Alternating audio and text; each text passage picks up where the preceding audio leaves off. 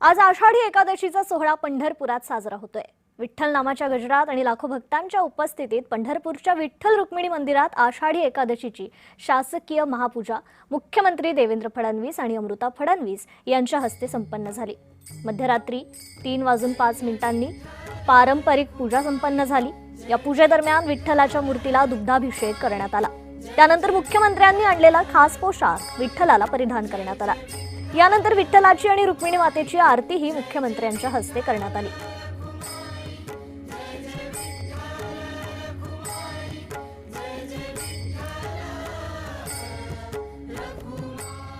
ही जी आषाढीची पूजा आहे ही खरीपाच्या हंगामात होत असते आणि खरीपाचा हंगाम चांगला झाला तर राज्यात शेतकरी सुखी होतात आणि राज्य सुखी होतं।